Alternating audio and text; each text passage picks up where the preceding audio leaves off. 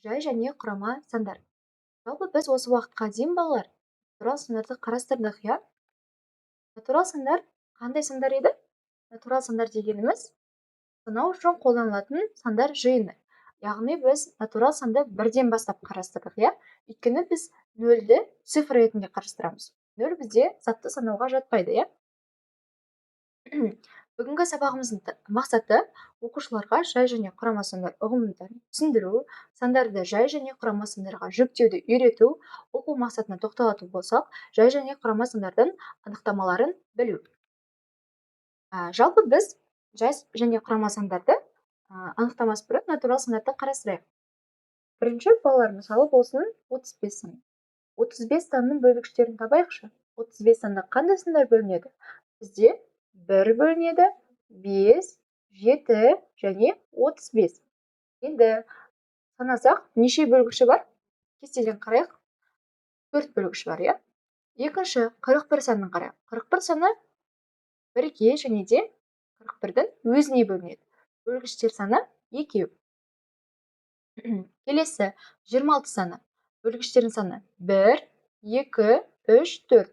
Яғни 26 санына 1, 2, 13 және 26 санының өзі бөлінеді. Яғни бөлгіштердің саны 4. Осы кестеден біз нені байқаймыз? Бір санның бөлгіштердің саны тек 1. Яғни бір саны бізде балалар жай санға да, құрама санға да жатпайды екен. Енді осы кестеден біз түйейік балалар. Жай санның анықтамасы қалай болады екен? Тек 1-ге және өзіне ғана бөлінетін натурал сандар жай сандар деп аталады екен. Яғни жай санның тек қана 2 ғана бөлгіші болады. Біріншіден ол 1, екіншіден санның өзі. Мысалы кестеге қараңыздар. 41 санын қарастырайық. Оның бөлгіш саны неше болды? 2. 41 саны қандай сандарға бөлінді? 1 және де 41-ге. Ендеше 41 саны балалар жай санға жатады екен. Мысалы 13 санын қарастырайық. 13 бізде натурал сан, иә? 13 саны жай сан. Неге? Өйткені бөлгіштердің саны тек 2 болады екен. 13 саны 1-ге бөлінеді, 13 саны өзіне ғана бөлінеді. Келесі балалар. Енді біз жаңа жай санды түсіндік, иә? Келесі бізде құрама сан. Кестемізге қайтадан оралайық. Мына жерде 41 мен 11 бөлгіштердің саны тек 2. Ал егер де бөлгіштердің саны 2-ден көп болса, 3, 4, мысалы 6 болса, ондай сандар болады бізде құрама сандар деп аталады екен. Яғни бірден және өзінен басқа кемінде 2 бөлгіші бар натурал сан, яғни құрама санның анықтамасы осылай болады екен. Құрама санның 2-ден көп бөлгіші болады. Бір саны балалар бізде құрама санға да, жай санға да жатпайды екен. Енді құрама санға мысал келтірейік. 12 санын қарастырайық. 12 саны 1-ге, 2-ге, 3-ге, 4-ге, 6-ға және 12-ге бөлінеді. Яғни бөлгіштердің саны 6. 12 саны қандай сан болады екен? Құрама сан болады екен. Мысал келтірейік. 14-ге 1 бөлінеді, 2 бөлінеді, 7 және де 14-дің өзі. Бөлгіштердің саны нешеу екен? 4 екен. Ендеше бұл сан бізде құрама сан бола алады. Жалпы осындай басқа көріп тұрғандарыңыздай сандарда құрама санға жатады екен. Келесі 16 саны. 16 санның бөлгіші 1, 2, 4, 8, 16. Бөлгіштердің саны нешеу? 1, 2, 3, 4, 5. 2-ден көп пе балалар? Көп, иә? Ендеше бұл толықтай құрама санға жатады. Жалпы балалар, осы құрама сандар мен жай сандар бізде қайдан шықты? Тарихи мәліметке сүйенсек, грек ғалымы біздің заманымыздан бұрын 276 және де 194 жыл бұрын Эратосфен деген жай сандарды ойлап тапқан ғалым болған екен. Яғни грек ғалымы Эратосфен бізде жай сандар ұғымын математика ғылымына енгізген екен. Жақсы балалар, енді қарастырайық. 1-ден 30-ға дейінгі сандарды, иә? 1-ден 30-ға дейінгі сандардың арасынан жай сандар мен құрама сандарды теріп көрейік. Енді сіздер білесіздер, иә? Бір саны құрамаға да және де жай санға да жатпайды. Ендеше 1-ді алып тастаймыз. 2 балалар тек 2-ге және де 1-ге бөлінеді. Ендеше 2 саны бізде жай сан болады екен. 3 те турасындай. 3 тек 3-ге және де 1-ге бөлінеді. Бөлгіштердің саны нешеу? 2. Ендеше ол толықтай жай сан бола алады. 4 балалар. 4 бізде 1-ге бөлінеді, 2-ге және де 4-тің өзіне бөлінеді. Ендеше оның бөлгіші нешеу екен? 4-еу екен. Ой, 3-еу екен. Ендеше толықтай құрама сан болады. 5 санын қарастырайық. 5-ге тек 1 және де 5-тің өзі бөлінеді. Ендеше 5 саны жай сан болады екен. Осылай балалар кез келген сандарды не істеуге болады екен? Қарастыруға болады екен. Енді біз осы тақырып бойынша ойын ойнап жүрейік. 1-ге және де өзіне ғана бөлінетін натурал сандарды қандай сандар деп атаймыз? Жай сандар деп атайды екенбіз. Жай сандардың қайсысы 13-ке бөлінеді? 13-тің өзі бөлінеді, иә? Барлық тақ сандар жай сандарға жата ма? Жоқ, иә балалар? Мысалы қараңыздар. 3 бізде тақ сан, жай сан, 7 тақ сан, жай сан, бірақ 9 жай сан бола алмайды. Неге? 9 құрама сан. Өйткені ол 1-ге, 3-ге және де 9-ға бөлінеді екен. Бөлгіштердің саны 2-ден көп пе? Көп екен. Ендеше ол толықтай құрама санға жатады екен. Енді қараңыздар. 20 санын жай сандардың айырмасы ретінде өрнектеңіз дейді. Бірінші вариантқа қарайық. 27 мен 7. 7 жай сан, бірақ 27 құрама сан. 25 құрама сан, 7 жай сан. 23 жай сан, 3 жай сан. Бізге нені тап деді? Жай сандардың айырмасын тап деді. Келесі, 30 санын 2 жай санның қосындысы ретінде көрсетіңіз. Қараңыздар, 9 мен 21 бізде қандай сандар? Бөлгіштердің саны 2-ден көп. Яғни олар толықтай құрама сан болады. Үшіншіге қараңыздар. 27 құрама сан, 3 жай сан. Ал 11 мен 19 екеуі не болады екен? Жай сан болады екен. Жақсы балалар. Келесі бізде осындай есептерді қарастыруға болады.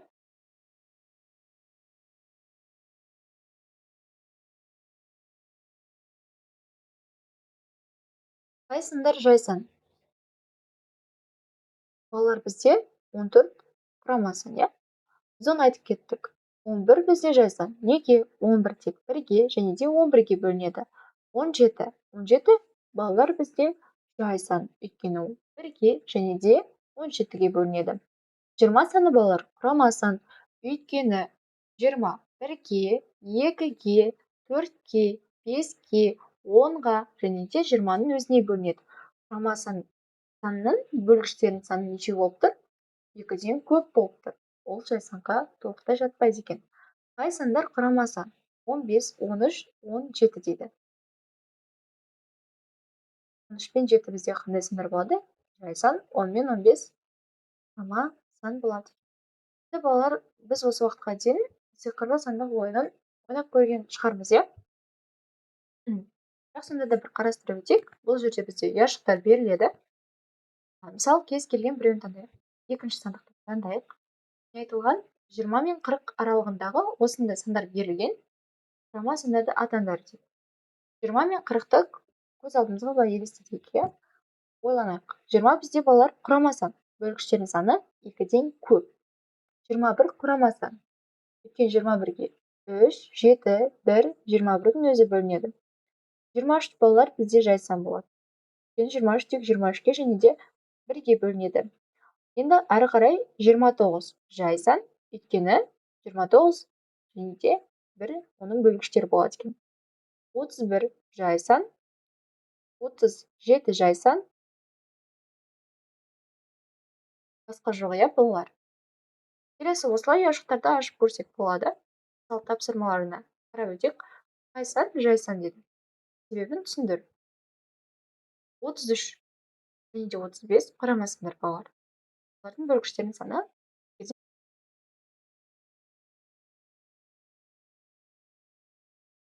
Енді балалар жалғастыратын болсақ, 7-ші ұяшықты ашайын. Қораптың ішінде 3 жай сан бар. Жай сандардың қосындысы 30-дан кем.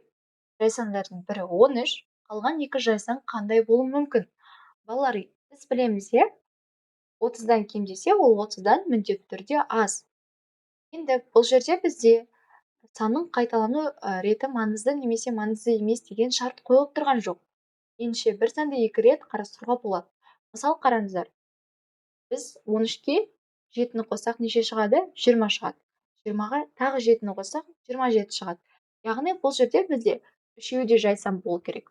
13 бізде жай сан, 7-ні 2 рет алсақ, бұл бізде жай сан. Ендеше оның жауабы неше? 27. Жай сандардың қосындысы 30-дан кем. 27 бізде 30-дан кем. Яғни 7 санын жай сан ретінде қарастыра салуымызға болады екен. 8-ші ұяшықта жақ. Төмендегі оқушының жауабында қате бар. Қай жері дұрыс емес дейді оқушы. 9 жай сан, себебі ол 1 мен 9-ға ғана бөлінеді дейді. Бұл жерде балалар біз келісеміз бе? Жоқ, иә? Неге? Өйткені 9 құрама сан. 9 1-ге, 9-ға және де 3-ке бөлінеді. Бұл жерде оқушы қай жерден қателесіп кетті? Ол 3 деген бөлгішін атамай кетті. Осымен балалар бізде сандықтар ойыны аяқталады. Келесі. Бүгінгі сабағымыз түсінікті деп ойлаймын. Сол үшін де балалар мен осындай ойын қарастырайын деген бекіту мақсатында.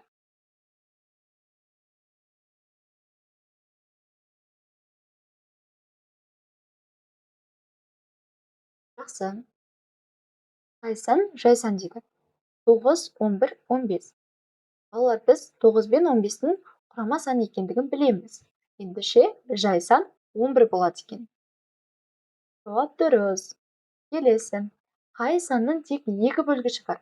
21, 81, 13. 21 мен балалар 81 құрама сандарға жатады, иә? Сол үшін жауап 13 болады екен. Жауабымыз дұрыс. Келесі. 6 саны неге құрама сан? Тек 1-ге бөлінеді, мүлде бөлінбейді. Жоқ, балалар, 2-ден көп бөлгіші бар, иә? 1, 2, 3, 6. 4 бөлгіші бар. Келесі, жай сандарды белгіле дейді. 9, 21, 27. Балалар, бұл құрама сан. 2, 11, 17. 10, 15, 16 бізде құрама сан. Неше жауап? Ортасы, иә? Ортаңғы жауап. Келесі, бір ғана дұрыс қатар таңда дейді. Бірінші қатарда жай сандар 4, 6, 8 дейді, иә? Бұл бізде балалар құрама сандар. Құрама сандар 2, 3, 11 дейді. Жоқ. Сандар бізде қандай сандар? Жай сандар. Тек өзіне және 1-ге бөлінеді. Екінші қатар дұрыс болады. Екінші жауап. Жай сандар 2, 5, 11. Тек өзіне және 1-ге бөлінеді, иә? Жақсы, жауап бердік. Жауап үшін рахмет. Ендеше балалар, біздің бүгінгі сабағымыз аяқталды. Бүгінгі сабақ сіздерге түсінікті болды деген ойдамын. Назарларыңызға рахмет.